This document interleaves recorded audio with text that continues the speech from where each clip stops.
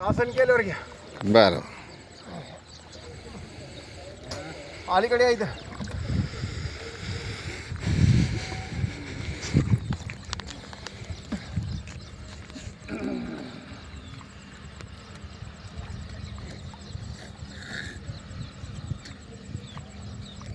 मला काय म्हणले नुसतं कपडे तरी घ्या म्हणले सोबत.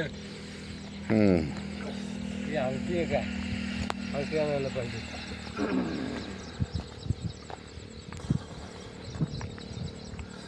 5 मिनिटं झाली का तुम्ही उतरून? हं.